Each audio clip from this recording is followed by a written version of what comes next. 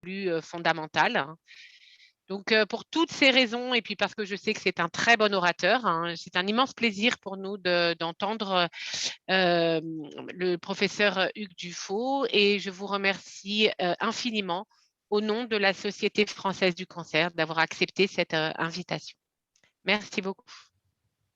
C'est moi qui vous remercie. C'est un vrai plaisir que de pouvoir discuter avec vous de cette double valence qui me tient à cœur. D'ailleurs, on avait eu l'occasion d'en discuter avec Sophie Charvet au moment de la préparation du flyer, à savoir les interactions entre les neurosciences et la neuro-oncologie, puisque j'ai bien compris que c'était la Société française du cancer aujourd'hui. Mais en même temps, en ce qui me concerne, il est très, très difficile de vous parler de tumeur cérébrale sans parler du système nerveux central lui-même, d'où le titre où il y aura évidemment toute une partie sur les gliomes, mais également toute une partie sur le connectome cérébral. Et comme vous voyez, la conclusion s'impose finalement dès le début, après maintenant 25 ans passés dans le domaine de la chirurgie neuro-oncologique. On a la chance de pouvoir dire qu'on a quand même assez significativement changé à la fois la survie, mais aussi la qualité de vie de patients porteurs de tumeurs cérébrales. Et j'espère que je vais vous faire un tout petit peu changer d'avis sur la façon dont on pourrait encore s'imaginer un patient avec un gliome, notamment en ce qui concerne son activité quotidienne. Et évidemment, je rappellerai que dans les gliomes, il y a deux sous-groupes majeurs, à savoir les glioblastomes, où évidemment le pronostic reste relativement sombre, mais où on avait déjà, sur la base de la meilleure compréhension du fonctionnement du système nerveux central, il y a près d'une dizaine d'années, proposé de faire une exérèse supramaximale qui ne surprendra pas évidemment les oncologues, puisque dans de nombreuses spécialités, on n'hésite pas à enlever du tissu infiltré autour de la, entre guillemets, pseudomasse visible sur l'imagerie ou directement en macroscopie. Et on s'était aperçu qu'en faisant ça dans les glioblastomes, on arrivait à avoir des survies très prolongées, pas juste 2-3 ans, mais parfois des patients qui pouvaient vivre une dizaine d'années. Ceci a été confirmé par d'autres collègues, notamment aux États-Unis, avec le principe de l'exérèse supramaximale dans le système nerveux central et en montrant qu'il pouvait y avoir un impact significatif sur la survie. Malgré tout, une méta-analyse qui remonte il y a 4-5 ans maintenant a bien montré dans les glioblastomes, les gliomes de haut grade, de novo, dont on ne connaît pas l'origine, que la médiane de survie est restée relativement faible, entre 1 et 2 ans, et que finalement, on avait en gros gagné 6 à 12 mois en l'espace d'une trentaine d'années. Mais c'est pour ça aussi que je vais dédier un tout petit peu plus ma présentation, comme j'ai pu le faire dans le cadre d'ailleurs déjà de ma carrière 20-25 ans, toujours pareil, on ne se voit pas vieillir, mais le système nerveux central doit s'adapter au fur et à mesure, pour dire qu'il y a un autre sous-groupe de gliome diffus de bas grade. Et dans ce cadre-là, il y a eu des modifications conceptuelles très significatives, à savoir que quand j'ai commencé, on me disait que ces tumeurs du système nerveux central primitive étaient finalement stables la plupart du temps, étaient bénignes et intéressaient des patients jeunes, en général entre 20 et 50 ans, le pic étant aux alentours de 35 ans, qui menaient une vie active, qui faisaient une crise d'épilepsie et où on se contentait de surveiller pour in fine en arriver peut-être à une biopsie, radiochimiothérapie, alors qu'en fait, ces tumeurs se transformaient en tumeurs malignes, comme vous pouvez le voir, dans des médianes qui étaient relativement courtes, de 4 à 5 ans, et avec des survies de 6-7 ans. Donc, ce n'était pas vraiment la notion de tumeur bénigne telle que j'aurais pu me l'imaginer quand j'étais jeune. La deuxième chose, et là ça rejoint le connectome, c'est qu'on me disait aussi que ces patients allaient bien, alors qu'en fait maintenant on fait des bilans neuropsychologiques extensifs, y compris, comme on en reparlera à la toute fin, dans le cadre de découvertes fortuites, et vous verrez qu'on est allé, en ce qui concerne les aspects très cancérologiques, vers une politique de dépistage à travers une IRM non invasive. On s'est aperçu que plus de la moitié des patients avaient déjà des troubles alors qu'ils n'en avaient pas forcément conscience, puisque l'on peut compenser au fur et à mesure d'une évolution relativement lente sur le plan des fonctions cognitives, exécutives et émotionnelles. Et en fait, ces déficits, on s'est aperçu que c'était lié à non pas la localisation lobaire dans le système nerveux central de la tumeur, mais à une diffusion des cellules tumorales le long des autoroutes de l'information dans le cerveau, les câbles, la connectivité.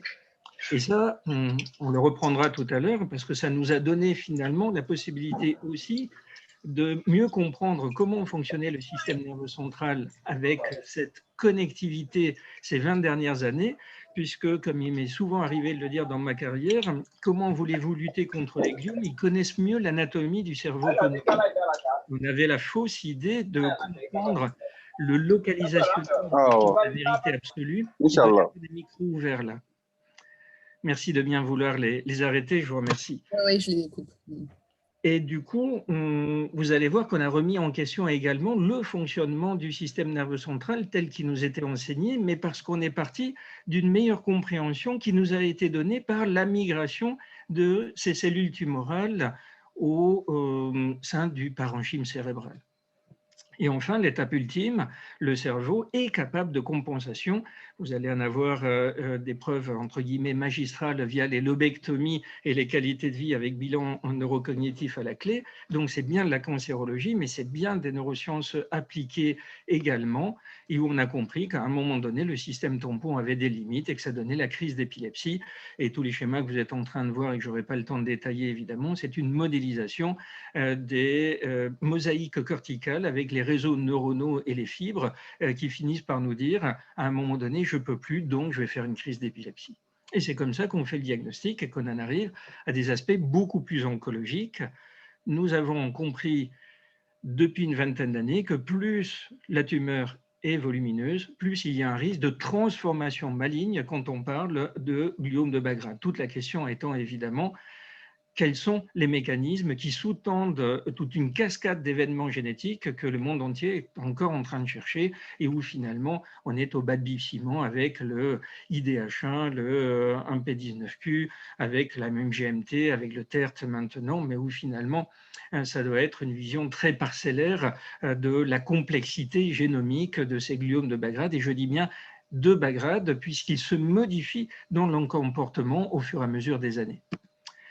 C'est bien pour ça qu'on a calculé aussi la pente de croissance et que ça nous a été presque reproché à un moment donné, puisque ça ne fait pas partie des guidelines officielles, alors que quand j'explique à plus d'un millier de patients que j'ai opérés de ce type de pathologie, qui est considérée comme étant orpheline, si vous avez une tumeur qui évolue plus vite, le pronostic est moins bon, ils le comprennent systématiquement. Donc c'est là où il peut y avoir de temps en temps quelques murs dont je reparlerai tout à l'heure entre différents domaines et j'ai la chance de pouvoir naviguer de l'un à l'autre, c'est-à-dire la neurochirurgie, les neurosciences, la neuro-oncologie plus fondamentale et évidemment la clinique des patients porteurs de gliome de Bagrate où on utilise énormément la radiologie en calculant les volumes et en démontrant que ces tumeurs encore considérées comme stables dans pas mal de départements ne le sont jamais à condition qu'on soit très rigoureux dans l'analyse volumétrique. Je réinsiste, qui ne fait pas partie des guidelines à l'heure actuelle d'un point de vue européen ou international au sens large. Or, c'est comme ça qu'on a réussi à démontrer que si une tumeur allait plus vite en faisant 2 IRM et en calculant le volume à juste 1 mois d'intervalle, évidemment, le pronostic était moins bon en termes de survie et pas de surrogate, comme on peut le voir dans de très nombreux essais cliniques qui souvent nous parle de la survie sans progression alors qu'elle n'existe pas par définition, sauf après une éventuelle chirurgie supracomplète ou chimio ou radiothérapie, puisque cette tumeur évolue de façon constante. Donc ça veut dire que finalement, il y avait un certain dogmatisme en neuro-oncologie qui maintenant essaie de tout expliquer par la biologie moléculaire et comme on a un petit côté, on va dire, polémique, atypique, vous l'appellerez comme vous souhaiterez, mais on a pu mettre en évidence que les pentes de croissance n'étaient pas directement liées justement à la biologie moléculaire de la tumeur, en sachant encore une fois qu'on ne voit que la partie émergée à travers les quelques paramètres dont j'ai parlé tout à l'heure. En d'autres termes, on a besoin d'une vision multimodale qui se veut d'être clinique, épileptologique, neuropsychologique, radiologique avec la dynamique également, je passe sous silence la métabolique et évidemment également la génomique, mais qui n'est qu'une partie de l'histoire. Typiquement, les patients porteurs d'un gliome de Bagrade wild type en IDH sont considérés par une classification relativement rigide à l'heure actuelle de l'Organisation mondiale de la santé comme étant des glioblastomes moléculaires. Et pourtant, on a rapporté une série où certes, on avait enlevé les tumeurs le plus tôt possible et le plus largement possible, où on n'en est pas du tout à 1 à 2 ans de survie, comme vous avez pu le voir dans les glioblastomes, mais plutôt à 7-10 ans de survie dans ce sous-groupe qui est en fait très hétérogène et où il y a bien 20% de patients qui vont évoluer comme des gliomes de haut grade, voire glioblastomes, donc avec une progression très rapide et la nécessité absolue d'aller très vite vers radiochimiothérapie, mais 80% qui évoluent relativement lentement, dont certains qui se comportent comme des tumeurs quasiment bénignes. Donc ça veut dire que, attention, à dire qu'un sous-groupe reflète statistiquement la réalité à l'échelon individuel alors qu'on n'a pas encore compris l'origine de ces tumeurs et encore moins, je réinsiste, la cascade d'événements génétiques qui mènent à la transformation maligne. Toujours est-il qu'il y a donc 20 ans, on se contentait de surveiller et ou, in fine, de faire une biopsie, comme je l'ai dit, avec radiothérapie d'abord et chimiothérapie, en sachant qu'on n'a pas beaucoup de possibilités dans ce domaine, à savoir le thémozolamide alkylon qui est apparu il y a justement 15 à 20 ans, le PCV et puis maintenant donc l'Avastin, et ça se résume finalement à pas grand-chose. Toujours est-il que les médianes de survie, comme vous pouvez voir, étaient de 6 à 7 ans. J'ai commencé par là, j'étais jeune et je ne considérais pas que c'était des tumeurs bénignes, donc on s'est mis à les opérer très largement. Et c'est bien comme ceci qu'on a pu changer la donne, à savoir en faisant une chirurgie préventive précoce, on l'appelle comme on veut, mais maintenant elle devient préventive si on tient compte de découvertes parfois fortuites. La plus large possible avec le concept de supratotal qui n'est pas choquant en ce qui concerne un lobe pulmonaire, mais qui peut l'être en ce qui concerne un lobe cérébral. Et du coup, avec la notion, évidemment, de connaissance du connectome, puisque je vais introduire le fait que nous avons tous un cerveau différent, mais que l'évolution de cette connectivité est perceptible au fur et à mesure des années chez des patients qui vivent de plus en plus longtemps et où il y a donc une modulation dans la connectivité. Et on peut jouer là-dessus, ce sont les mécanismes de neuroplasticité, c'est ce qu'on a fait puisqu'il y a déjà quelques années, comme vous voyez, dans le cadre du réseau d'études des gliomes qu'on a créé il y a quelques années avec quelques collègues, la médiane de survie est passée à plus de 15 ans, on est parti à 6, et maintenant on réopère de plus en plus les patients, et je rentrerai tout à l'heure un peu plus dans le détail. Enlever une tumeur au cerveau veut dire qu'on enlève le cerveau lui-même qui est infiltré par une maladie diffuse et pas du tout une masse tumorale comme si c'était une métastase dont je ne parlerai pas aujourd'hui. Et donc, il y a peu de temps, avec des collègues nancéens, on a pu justement continuer dans cette collection prospective de données qui est tout sauf randomisée, mais simplement, qu'est-ce qui se passe dans la vraie vie sur, ici, un échantillon donc de 300 patients, et tout à l'heure, je vous montrerai la série Montpellier-Rennes sur quasiment 1000 patients, avec donc des médianes de survie de plus de 16 ans et une qualité de vie qui permet aux patients un index de Karnofsky de plus de 80, à savoir donc de travailler également pendant plus de 10 ans. Je réinsiste, quand on considérait que les tumeurs étaient stables et bénignes, ils mouraient dans les 6 ans à peu de choses près. D'où c'est là où on a dit, arrivons plus tôt, enlevons plus de cerveau, même si c'est étonnant de le dire comme ceci, et je vous montrerai tout à l'heure que plus on enlève de cerveau, moins il y a de crises d'épilepsie, plus la qualité de vie est bonne. Donc en fait, ce n'est pas incompatible, il n'y a pas de dilemme onco-fonctionnel, contrairement à ce qu'on clamait il y a une vingtaine d'années, mais à la condition de s'adapter à l'anatomie fonctionnelle individuelle et d'accepter que nous avons tous un cerveau différent et que fort heureusement, ces tumeurs qui adorent être localisées pour une raison encore obscure dans les zones dites éloquentes selon une vision localisationniste du cerveau, une zone qui correspond à une fonction, ce qu'on enseigne encore à l'université à l'heure actuelle dans le monde entier, est totalement fausse. Sinon, les patients, quand le diagnostic est fait devant une crise d'épilepsie, parce que premier niveau de limitation de la neuroplasticité, comme je l'ai dit tout à l'heure, ils devraient être déjà aphasiques, hémiplégiques, ils ne le sont pas.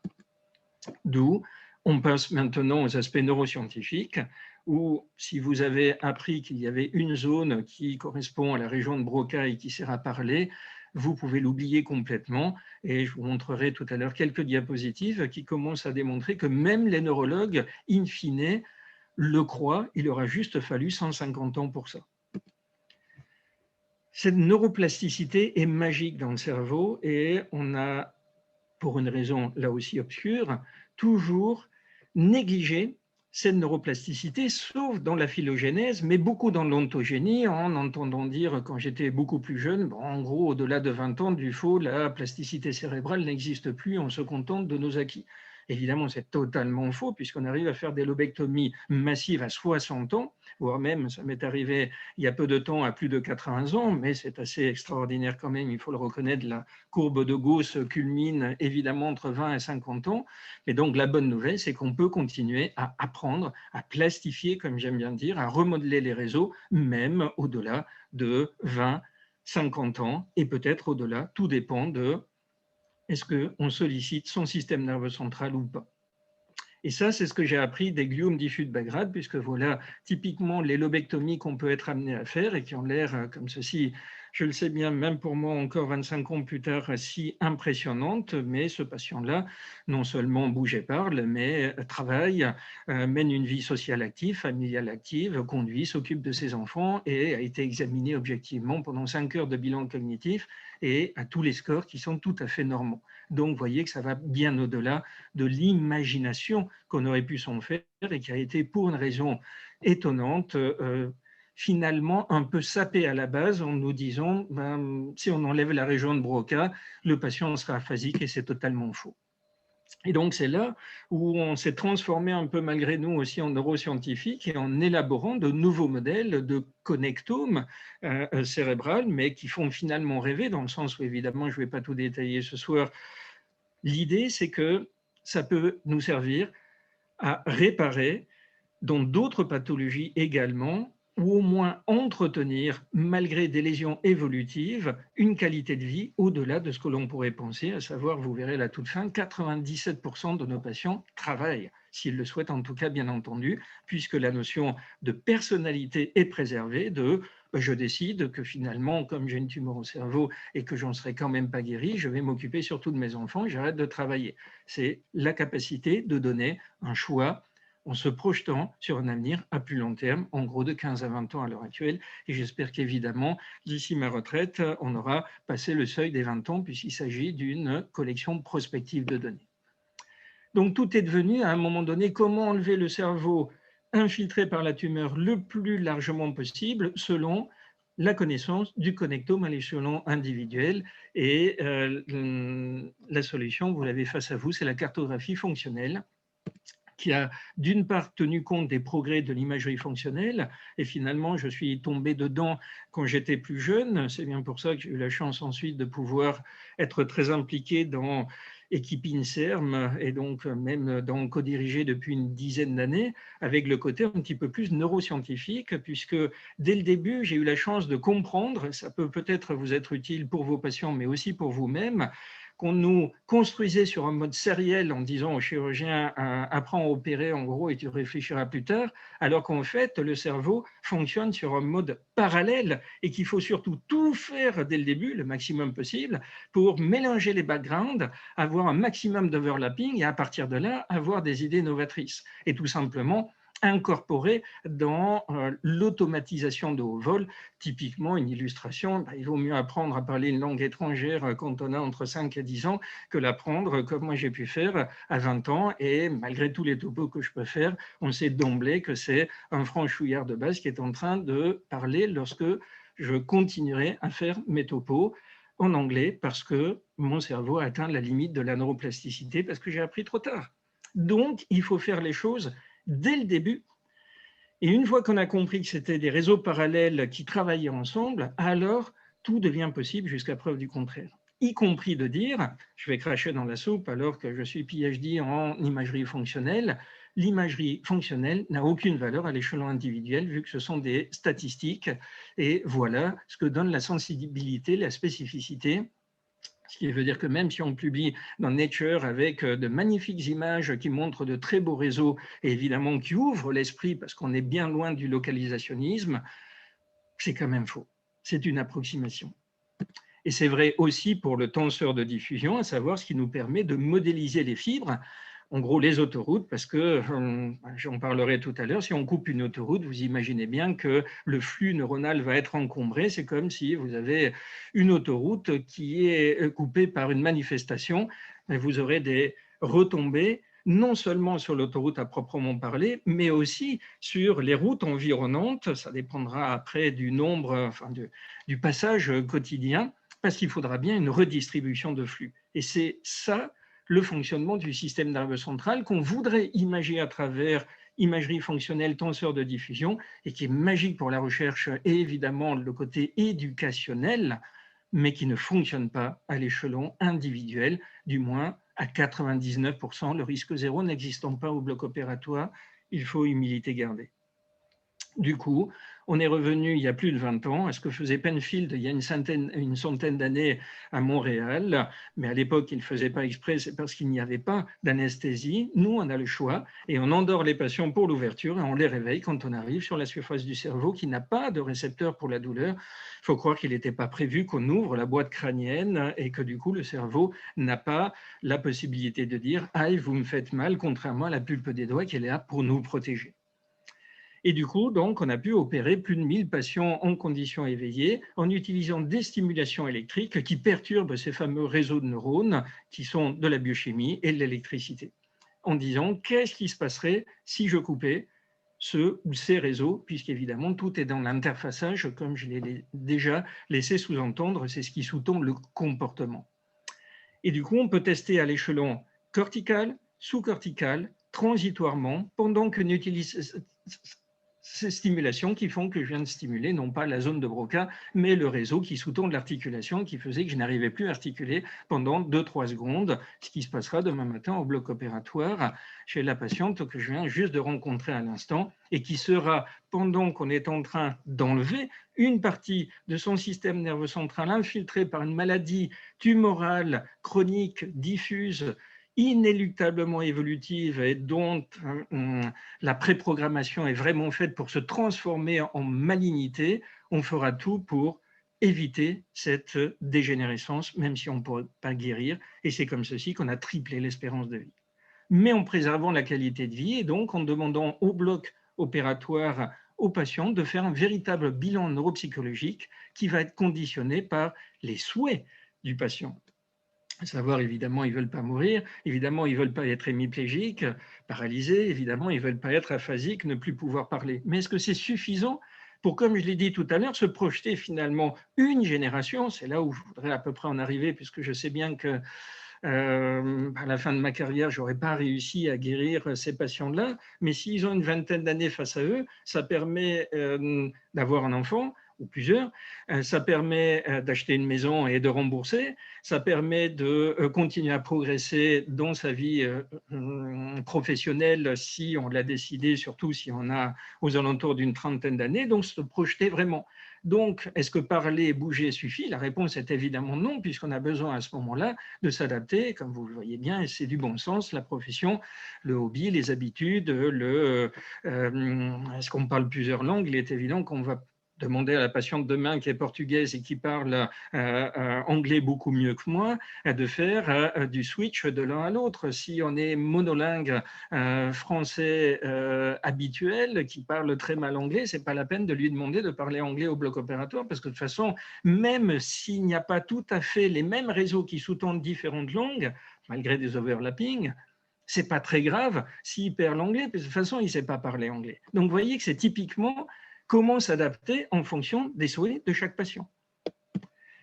Et donc, c'est là où ça devient un peu plus compliqué, puisque comme on reçoit des patients des 5 continents considérés comme étant inopérables, non pas que les collègues ne savent pas opérer ailleurs, mais ils sont encore inféodés par le dogme de ah ben j'ai une patiente avec une tumeur dans la région de Broca, exactement l'exemple du jour, donc, je ne vais pas l'opérer parce que sinon, elle va être aphasique. Selon 150 ans d'histoire de neurologie qui nous dit « Ah oui, si on enlève cette région, forcément, le patient ne parlera plus après ». Ce qui est totalement faux puisque ça fonctionne en réseau qui se sont déjà réorganisés au préalable. Sinon, la patiente serait déjà aphasique quand on fait le diagnostic. Vous voyez pourquoi des fois le bon sens, ça dépasse largement l'évidence de médecine. Mais on a quand même du mal à enseigner aux plus jeunes à désapprendre.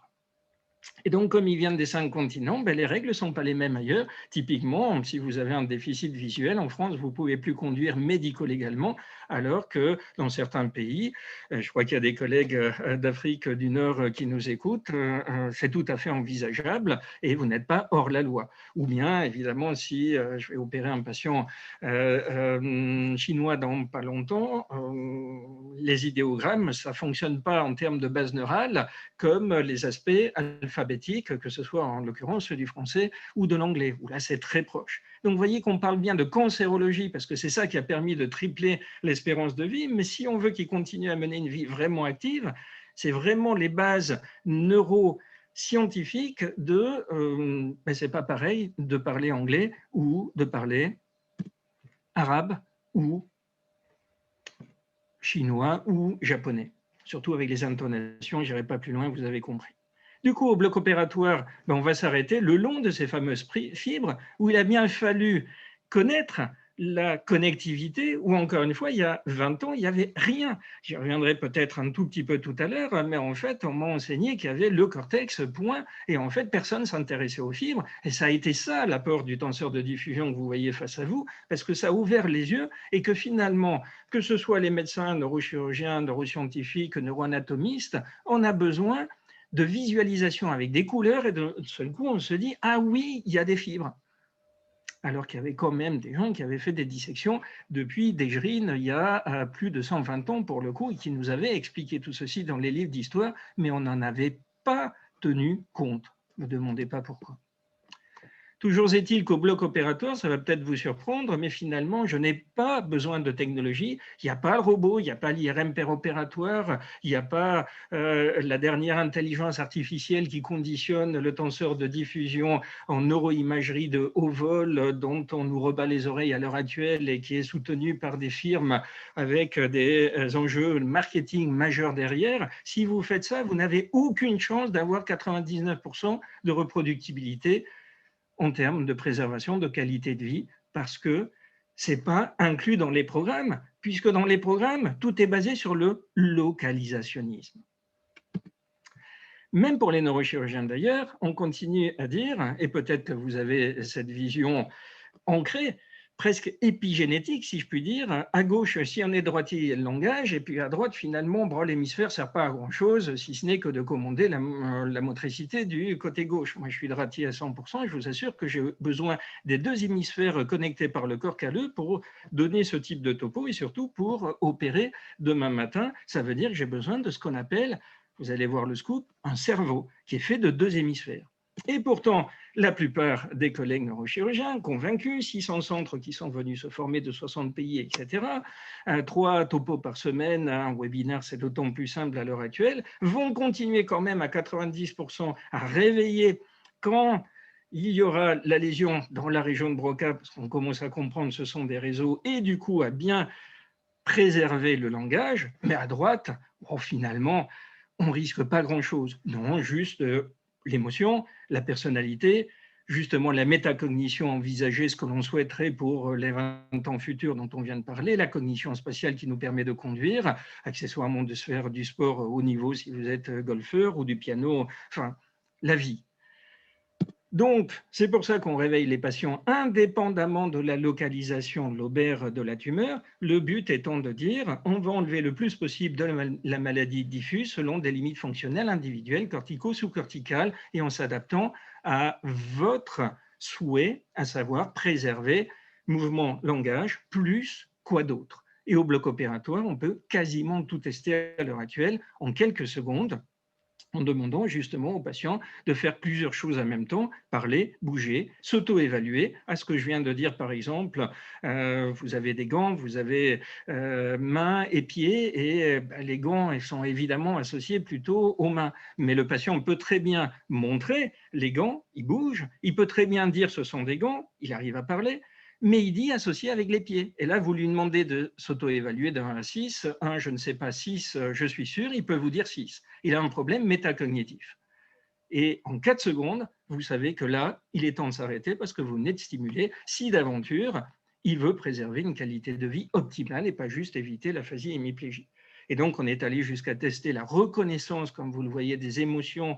À l'heure actuelle, si je puis dire, le Covid avec le masque a été un bon réentraînement, puisque normalement, on est censé percevoir l'émotion d'autrui juste en regardant son regard, mais en inférer ses intentions aussi. Donc, vous voyez l'impact dans les relations sociales et donc socio-professionnelles au sens large. Et on peut très bien perturber au bloc opératoire tous ces éléments d'auto-évaluation dont je viens de parler, mais aussi donc de comportements basés sur la perception des émotions d'autrui et en rassemblant l'ensemble juste en 4 secondes. Ce qui veut dire que quand on me dit, et j'en resterai là pour ces aspects un peu plus techniques, mais qui me semblent au fond plus conceptuels, dans les congrès de neurochirurgie, Dufault, vous ne pouvez pas recréer la vraie vie au bloc opératoire en quelques secondes, j'ai tendance à répondre non, effectivement, parce que je connais peu de gens qui fassent autant de choses en simultané, et ce de façon systématique, toutes les 4 secondes, sans arrêt, pendant 1 à 2 heures, avec une attention soutenue,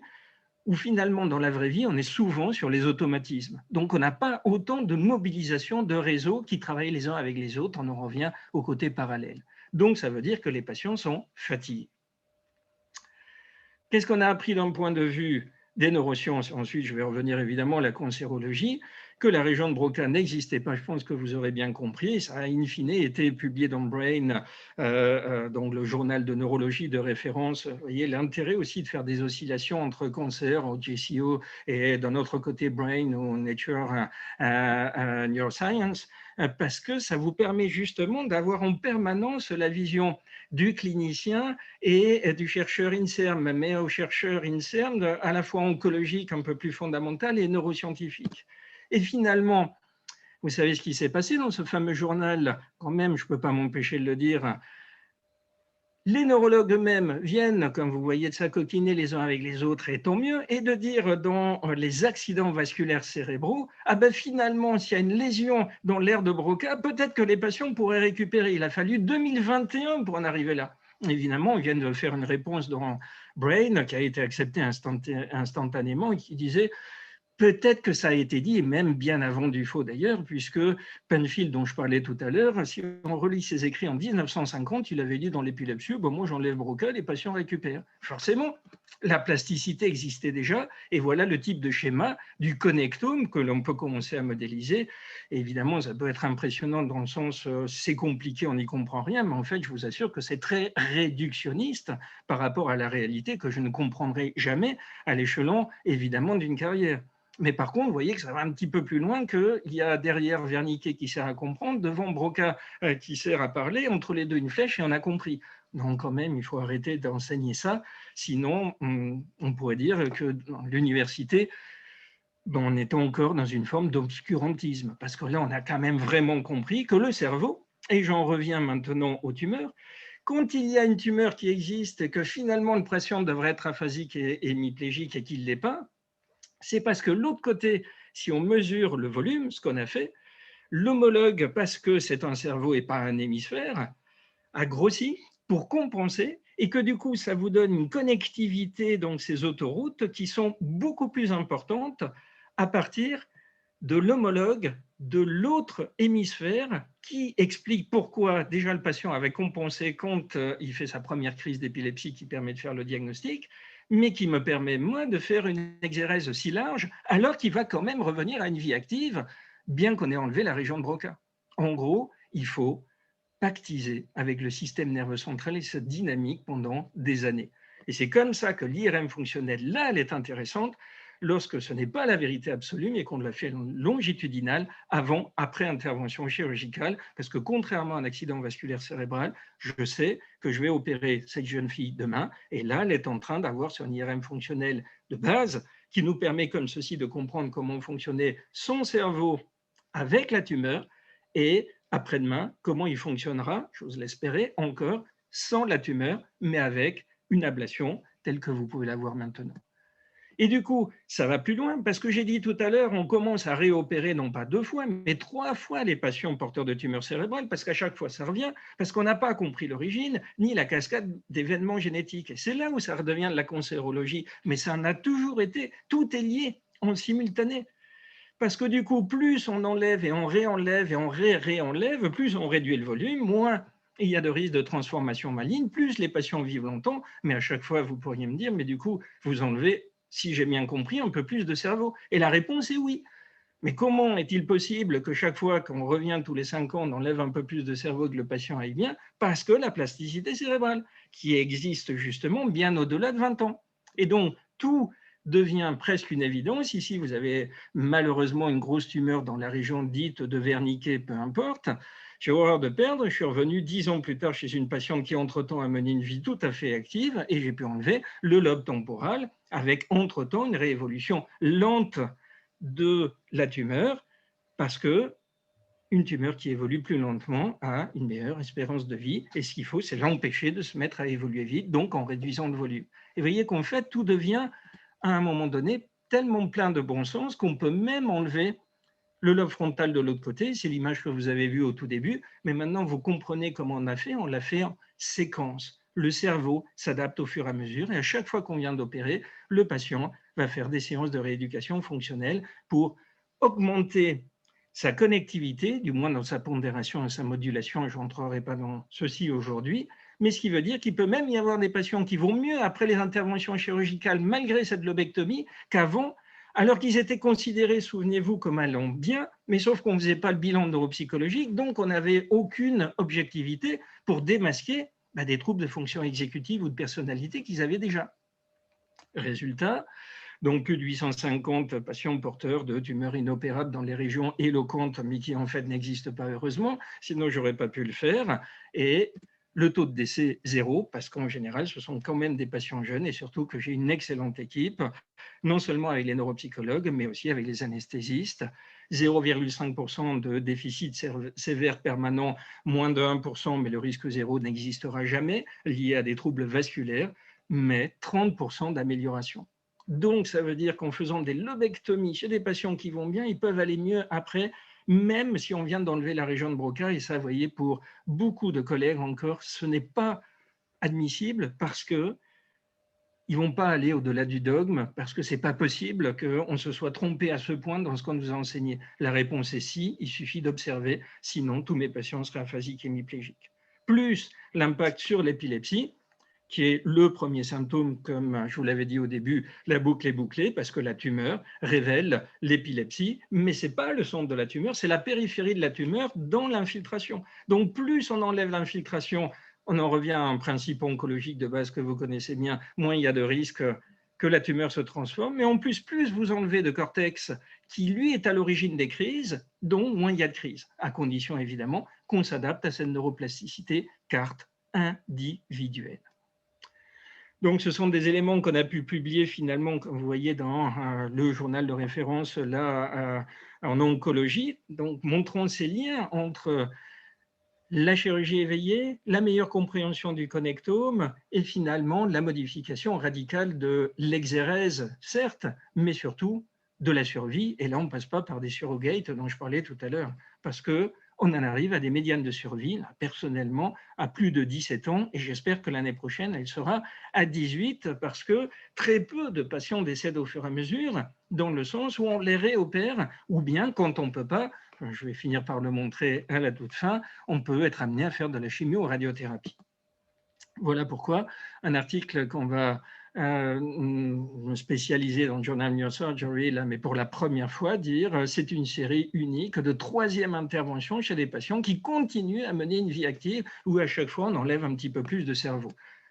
C'est indépendant de la biologie moléculaire, parce que c'est là où les oncologues vont me dire, comme à l'accoutumée, oui, mais vous avez une sélection de patients. Je n'ai aucune sélection, ils viennent du monde entier. Oui, mais d'un point de vue moléculaire, non, c'est indépendant. Donc, on change la donne en enlevant plus. Et ça surprendra quand même pas, j'ose espérer, la Société française du cancer, que finalement, le principe tumorologique de base se retrouve dans le cerveau. La question est pourquoi est-ce que ça a été si longtemps négligé dans le système nerveux central, alors que partout ailleurs, je pense que vous l'avez compris depuis longtemps. Et c'est pour ça, donc j'en reviens, qu'on a mis, si je peux dire, quasiment à la mode, le principe de l'exérèse supratotal que j'ai volé ailleurs, donc tube digestif, amputation d'un sein pour enlever un cancer avant qu'il y ait de diffusion, etc. etc.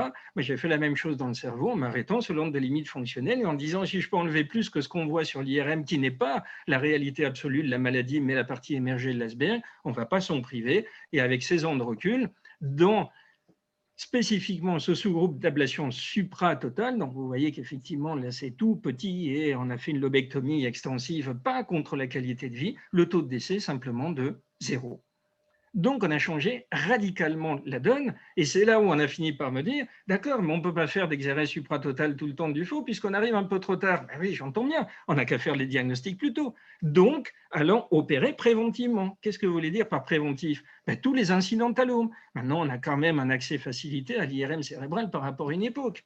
Donc, ça veut dire que si on a mal à la tête, si on a un traumatisme crânien, si on a autre chose et qu'on découvre une image très évocatrice d'une tumeur, ne revenons pas dans l'écueil, et pourtant ça m'arrive très régulièrement de voir des patients qui sont pris en charge comme ceci, c'est-à-dire passivement, de façon dogmatique, l'écueil étant « oh, vous inquiétez pas, c'est petit, c'est bénin, ça ne bougera pas ».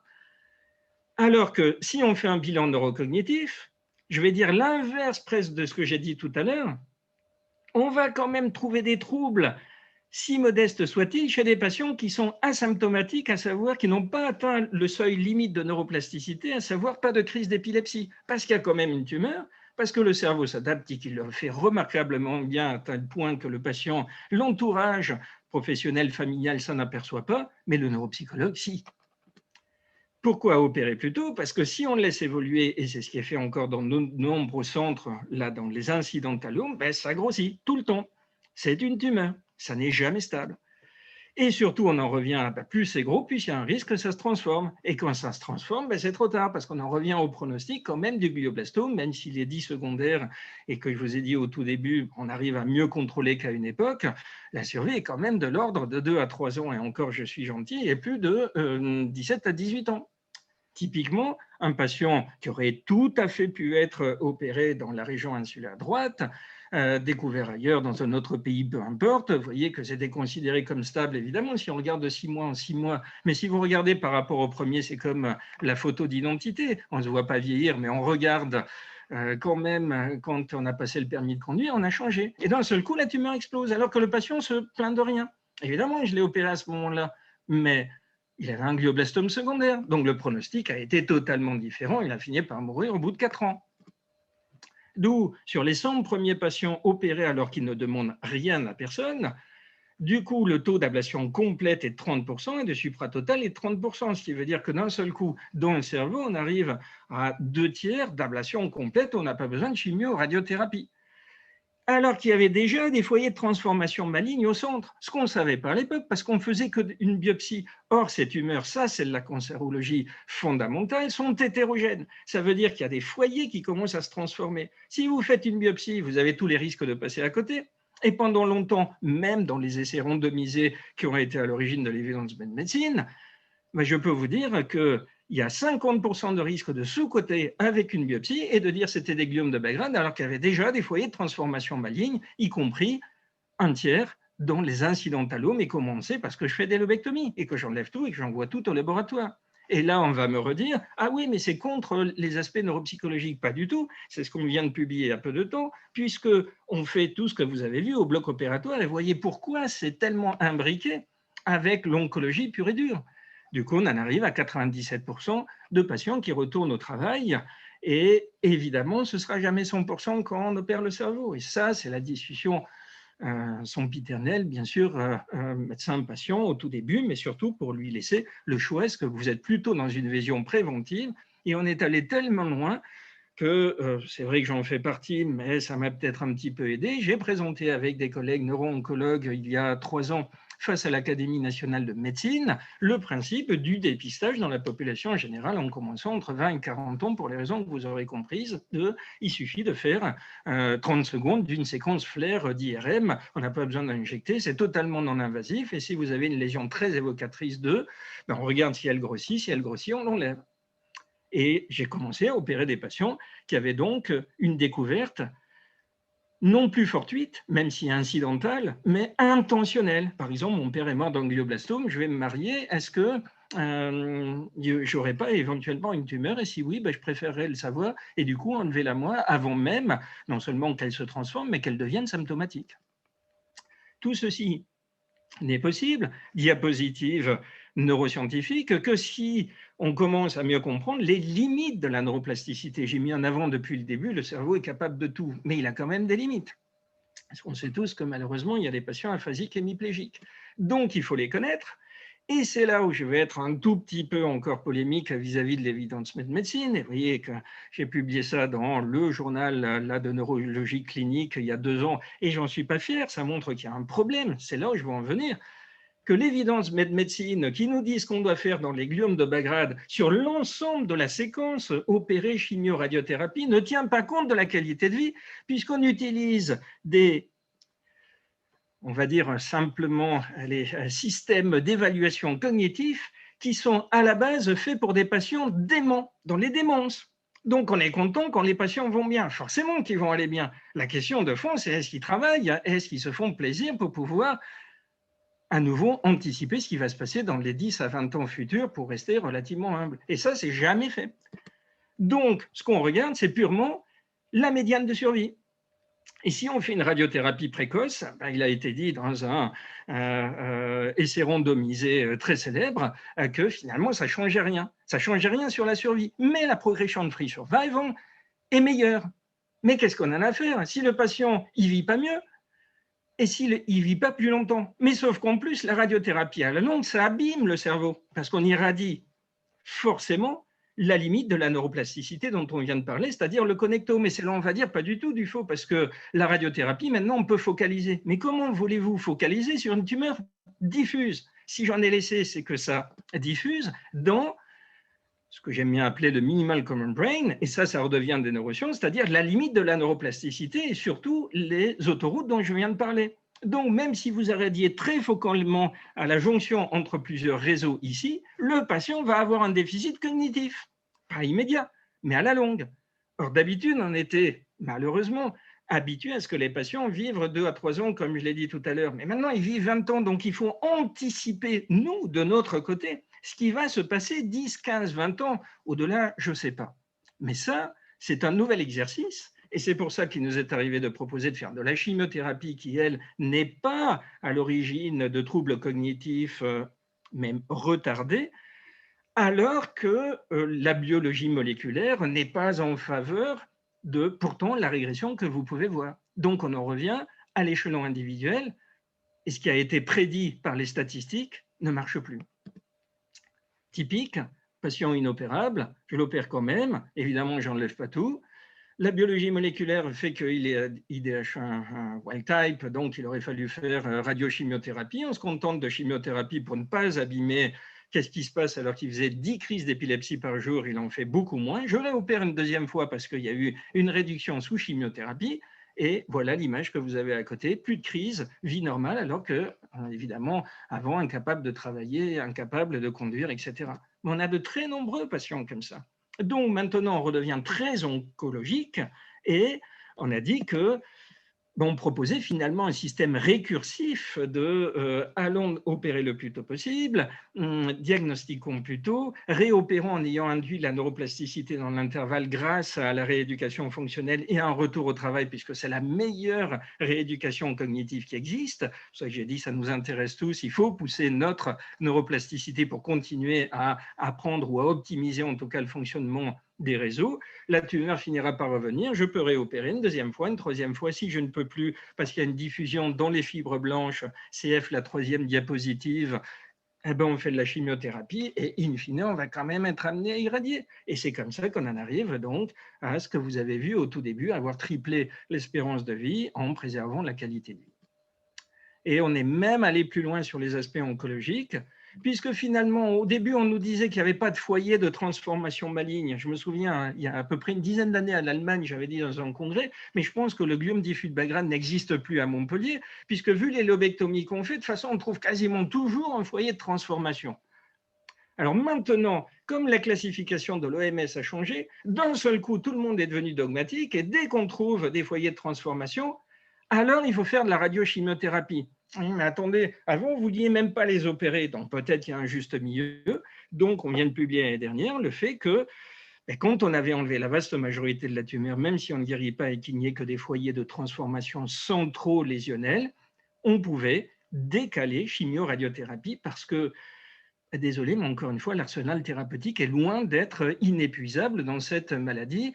Et typiquement, vous voyez le foyer de transformation maligne, une ablation large que j'avais faite il y a 19 ans chez une patiente qui avait une tumeur de haut grade à l'époque, et je l'ai repérée puisque je ne l'ai pas guérie il y a 4 ans. Et à ce moment-là, même selon la nouvelle classification, le gliome de haut grade était devenu gliome de bas grade sans chimio-radiothérapie. Pourquoi? Parce que j'avais juste enlevé le foyer centro-lésionnel qui était agressif. Donc, on peut changer radicalement les choses si, et là on revient en neurosciences, on a cette vision de connectome qui, évidemment, ne devrait pas être que la panacée des neurochirurgiens ou a fortiori des neuroscientifiques, mais aussi des radiothérapeutes. Juste pour conclure, c'est magique ce qu'on arrive à faire grâce à l'IRM fonctionnel, puisque du coup, on peut commencer, comme je l'ai dit, à regarder ce qui se passait avant et après. Et on peut voir notamment qu'il y a une réduction de la connectivité entre les deux hémisphères lorsque le patient peut s'aggraver en post-opératoire immédiat, d'où la rééducation. Et ensuite, au fur et à mesure qu'il récupère, les deux hémisphères se reconnectent. Mais je vais aller plus loin et ça va faire le lien avec ce que je disais au tout début. Le réseau du langage, qui est lui-même fait de sous-réseaux, d'articulation, de pragmatique, de sémantique, de phonologie, peu importe, peut être en grande partie compensé parce qu'il renforce ses interactions avec d'autres réseaux, notamment des fonctions exécutives, attentionnelles, contrôle, etc. Donc, c'est bien la notion de méta-réseau qu'on est en train maintenant, réseau de réseau, de mettre en évidence, parce que regardez un réseau de l'attention avec une tumeur cérébrale, ça ne veut rien dire être attentif si derrière on ne prend pas des décisions. Ou comme je le disais tout à l'heure, la conscience de savoir ce que l'on sait. La métacognition qui nous permet comme ça d'anticiper 20 ans à l'avance. Et ça, je vous assure qu'un primate, il ne peut pas le faire. D'où anatomie maintenant dans des atlas, donc qui peuvent être utilisés pour la prédiction de la récupération, quel que soit le type de lésion cérébrale, bien au-delà de la chirurgie des tumeurs cérébrales. Et donc, ce qui nous intéresse le plus, c'est ces interactions entre réseaux du mouvement, du contrôle, du langage, évidemment, de la cognition, mais aussi de la mentalisation, comme je disais tout à l'heure, à savoir pouvoir se mettre à la place d'autrui, et en redonnant enfin libre cours aux interactions entre les deux hémisphères, plutôt que de dire qu'à gauche c'est le langage et à droite ça ne sert pas à grand-chose, d'où le principe du méta-réseau, à savoir, je vais tout résumer en une phrase, du moins je vais essayer, votre cerveau, là à l'instant T, sans tumeur, sans chirurgie, etc., est une succession d'états d'équilibre qui fait que possiblement il est déjà modifié par rapport au début de la présentation. Si d'aventure il y a eu tellement d'informations, et c'était fait exprès aussi parce que j'avais pas beaucoup de temps, mais pas pour que vous compreniez tout, mais pour que vous ayez une vision globale qui vous dise finalement, tout ce que je pensais m'imaginer, à savoir une tumeur au cerveau, on va mourir dans l'année, on se fait opérer du cerveau, de toute façon, on est forcément en gros aphasique hémiplégique, mais on ne viendra pas à une vie active. Et de toute façon, le cerveau est statique et la neuroplasticité, il ne faut pas exagérer, au-delà de 25 ans, elle n'existe plus. Tout est faux. Donc, c'était une bonne nouvelle, parce que si on remet en question finalement les dogmes basés sur l'observation, et ça reste mon credo, parce que je continue à avoir aussi un aspect affectif que je ne renie pas, ça fait partie de mes méta-réseaux transitoires. Finalement, la technologie dans tout ceci, pour l'instant, en neurochirurgie cérébrale, moi personnellement, ça ne m'a rien apporté. La biologie moléculaire, ça va être super pour pouvoir mieux prédire, mais quand ce sera à l'échelon individuel, parce que si c'est juste des sous-groupes statistiques de centaines de patients, ben, finalement, ça n'apporte pas grand-chose et qu'il ne faudrait peut-être pas oublier la qualité de vie définie par le patient et pas définie par le praticien, ce que j'adore appeler, même chez les anglo-saxons, à la carte.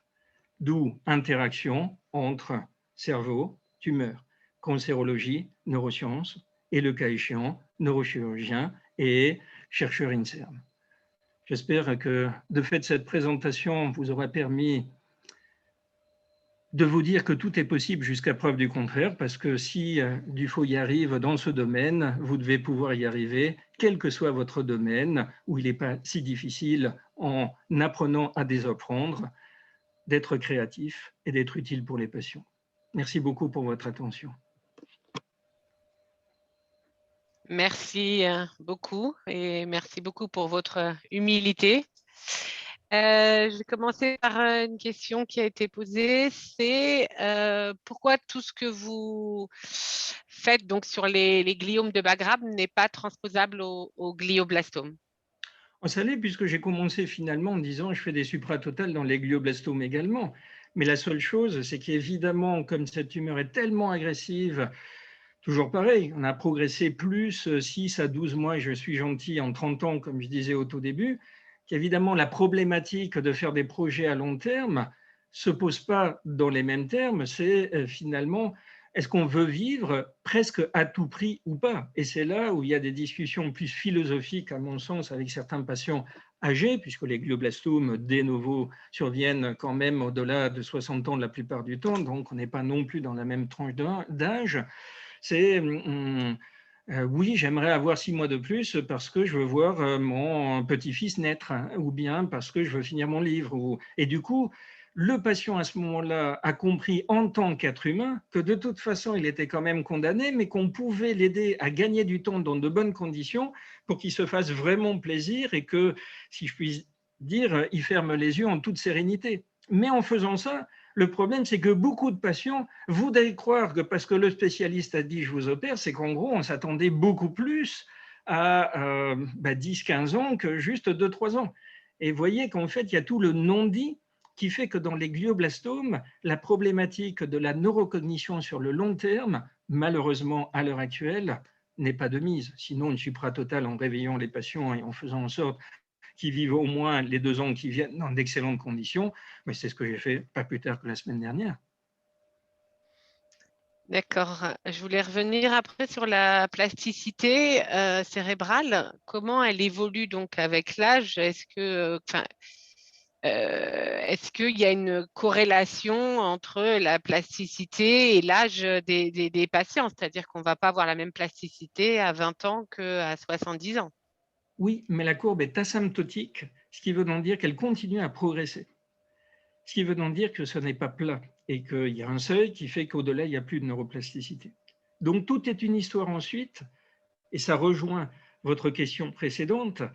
Plus on est âgé, plus on a de risques d'avoir un gliome de haut grade. Mais plus c'est un gliome de haut grade, plus il va vite. Donc moins un système tampon peut s'adapter si on lui laisse moins de temps. Donc ça devient une course contre la montre qui fait qu'à un moment donné, si, et je suis le premier à le dire comme ceci aussi aux patients, aux familles, si on fait trop dans la dentelle de vous voulez à tout prix préserver 3 langues, on risque de laisser un peu trop de tumeur et pour le coup, elle va aller tellement vite que finalement, vous n'allez pas profiter longtemps d'être trilingue. Donc, il vaut peut-être mieux enlever davantage et sacrifier quand même une petite partie, non pas être aphasique hémiplégique, mais de sa cognition de haut vol, alors que si on a 20 ans face à soi, c'est quand même difficile de choisir. Donc, vous voyez pourquoi, en fait, c'est vraiment une équation que j'aime qualifier de multimodale et pluripondérée à l'échelon individuel, mais qui évolue au fur et à mesure du temps, parce que malheureusement, quand même, la plupart de mes gliomes de Bagrade, sauf les supratotales, finissent par se transformer au bout de quelques années, au bout de 20 ans, et c'est pour ça qu'ils finissent aussi par décéder et que la médiane de survie n'est pas non plus 90% de survivants au bout de 20 ans. Donc ça veut dire qu'à ce moment-là, on est confronté à une autre problématique, mais qui fait que si c'est 20 ans plus tard, il y a des patients qui me disent c'est pas grave si je peux plus conduire, enlevez-moi par exemple le lobe occipital parce que ça évolue à ce niveau-là ou les radiations optiques, parce que j'ai plus besoin de conduire parce que je ne travaille plus alors qu'à l'époque je voulais à tout prix finir ma carrière. Et voyez qu'on peut même commencer à essayer d'anticiper. C'est là où, évidemment, il faut être humble parce que la tumeur peut décider de changer d'un seul coup, de braquer, mais c'est quand même rare, même si, je dirais, c'est 5 à 10%, dans 90% du temps, on contrôle à peu près. Comment c'est à dire? C'est exactement ce qui se passe pour un de mes patients à l'heure actuelle. Dans 3 ans, je vais arrêter de travailler physiologiquement parce que j'aurai l'âge. Est-ce que vous pensez qu'on pourrait maintenir pendant ce temps-là, par exemple en faisant un peu de chimiothérapie, et vous me réopérez en étant un peu plus agressif parce que je n'aurai pas besoin de conduire dans 3 ans? Donc vous voyez qu'au-delà de la plasticité physiologique, il y a vraiment de la plasticité conceptuelle de l'être humain aussi, qui n'est évidemment jamais prise en compte dans les essais. Donc, ça rebondit sur la prochaine question qui était de savoir c'était quoi la séquence en fait avec la chimiothérapie. Donc là, c'est-à-dire que vous opérez et après, il y a de la chirurgie ou de la chimiothérapie Pas forcément. ou... Le but, c'est d'essayer d'éviter de décaler, de donner trop tôt les traitements. Parce que, voilà, on va faire du T-modal peut-être 1 an ou 2. Si on n'a fait qu'1 an, on le refera une deuxième fois. Ensuite, il y aura le fameux PCV, c'est 6 cycles. Si toutefois on a toléré, sinon c'est 4. Donc, c'est en gros 6 à 9 mois dans la vie. La radiothérapie, quand même, c'est une seule fois. Bon, après, on peut toujours faire un boost de radiochirurgie sur une zone, un hotspot qui apparaît, mais on ne réirradiera pas le cerveau. Et voilà. Donc, c'est finalement raisonner avec si peu de cartes, et c'est ça qu'on avait dit devant l'Académie nationale de médecine, c'est qu'en 20 ans, contrairement à ce dont on entend parler, il y a eu très peu d'armes thérapeutiques supplémentaires efficaces dans ce type de maladie, les gliomes au sens large. Donc, comme maintenant on les connaît bien, comment faut-il les utiliser avec d'un côté parcimonie et de l'autre maximum la d'efficacité au bon moment chez ce patient à ce moment-là? Et finalement, tripler la médiane de survie, ce n'était pas moi qui l'avais dit, mais mon collègue neuro-oncologue dans C1 qui avait dit on a utilisé les mêmes cartes, mais on les a redistribuées et du coup, ça a permis de changer radicalement la donne, y compris en préservant beaucoup plus la qualité de vie. Et ça, j'espère que ce sera justement peut-être utile pour la Société française de cancérologie de dire que de temps en temps, je sais que l'évidence médecine est en train d'ailleurs d'écrire un pamphlet là-dessus. C'est bien pour ça que je suis en plein dans cette période où il va y avoir une nouvelle classification de l'OMS, où en gros, 90% des centres qui ne sont pas directement impliqués quotidiennement, multimodalement dans le monde, vont juste appliquer un protocole qui sera basé sur un nouveau mot qu'on appellera le méthylome. Une nouvelle question dans le chat qui est, quand on n'a pas la possibilité d'avoir du mapping cérébral, comment fait-on? Quel est votre avis? C'est autre chose. Là, pour le coup, vous m'avez dit que j'étais humble, mais ça va paraître péremptoire, mais parce que j'ai 25 ans de recul. J'ai mon mapping qui est dans mon système nerveux central parce que je vois les faisceaux quand j'opère le cerveau. Mais un, je ne fais que ça. Deux, c'est là le côté neuroscientifique. Et je crois vraiment à la translationnalité, sauf qu'on entend beaucoup parler pour un projet, honnêtement, pour obtenir des fonds. Mais je vous dis, en naviguant d'un monde à l'autre, je peux vraiment avoir parfois l'impression d'être schizophrène dans une journée ou en allant dans un congrès où on dit on enlève Broca et dit oui, mais ça fait longtemps que les métaréseaux, on a compris du faux. Et puis vous dites exactement la même chose l'après-midi en neurochirurgie. Attends, le patient va être forcément déficitaire. Et puis vous le dites au neuro-oncologue ouais, mais quel était le pattern moléculaire de la tumeur? Ce qui veut dire qu'en fait, on ne discute pas ensemble. On fait semblant. On n'a pas la formation multimodale dont je parlais au tout début. On ne parle pas plusieurs langages. D'où, si vous avez par contre cet entraînement dès le début, où je n'ai pas parlé anglais dès le début, mais tout de suite j'ai fait mon DEA à l'époque, l'équivalent du master et thèse de sciences, dans le fonctionnement du système nerveux central, forcément ma plasticité m'a construite petit à petit le mapping. Et ça veut dire que même s'il faut s'adapter à chaque patient, le squelette commun est à peu près le même. D'où je vous invite, quand vous ne pouvez pas réveiller les patients parce que l'équipe, là c'est plus une histoire d'équipe que de financement, très honnêtement, n'est pas encore au top, alors il faut vraiment que vous appreniez l'anatomie fonctionnelle dynamique en 4 dimensions par définition et que vous l'ayez dans votre propre connectome. En ce qui concerne est-ce que vous opérez des enfants et comme le cerveau est encore en développement, est-ce que ça pose des problèmes sur cette plasticité et sur ce que vous pouvez anticiper qui va se passer ensuite? Je ne suis pas neurochirurgien pédiatre, tout simplement parce que les maladies ne sont pas les mêmes et que le gliome diffus, et ça c'est une piste passionnante, là pour le coup pour l'origine de cette tumeur, n'existe quasiment pas dans la population pédiatrique. Ce qui veut donc dire que je n'ai opéré globalement, allez on va dire dans ces 25 ans, une dizaine, une quinzaine maximum, et l'âge le plus faible était 13 ans. Donc ça veut dire qu'on l'a fait un peu comme un jeu, mais chez des enfants particulièrement matures. Mais à 7 ans, je n'ai jamais opéré, tout simplement, encore une fois, parce que le gliome de bas grade peut exister, mais diffus, non.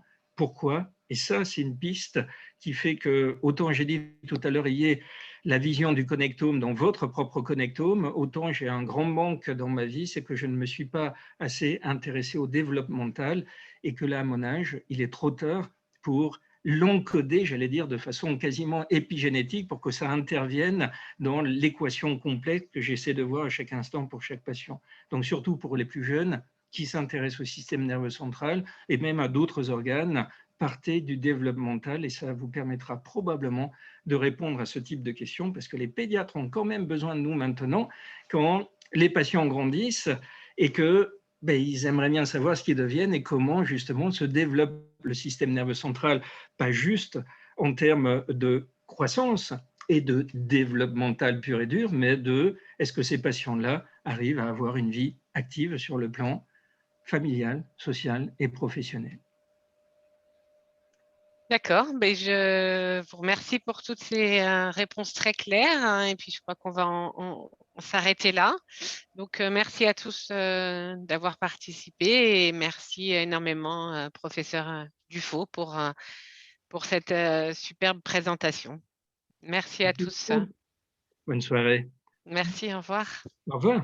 Un petit mot, le prochain webinaire aura lieu le lundi 14 juin à 18 h et sera donné par Stéphane Depille et le professeur Jacques-Olivier B, qui est à Clermont-Ferrand et qui est le responsable du comité de rédaction de cancer.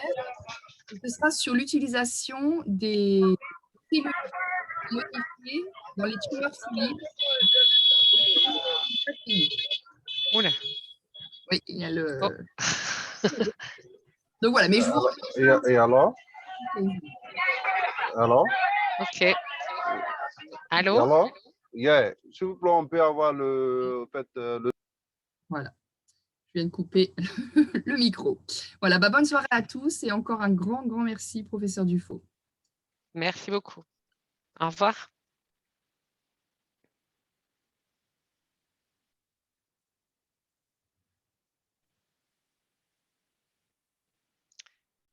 Et donc à demain. J'arrête l'enregistrement.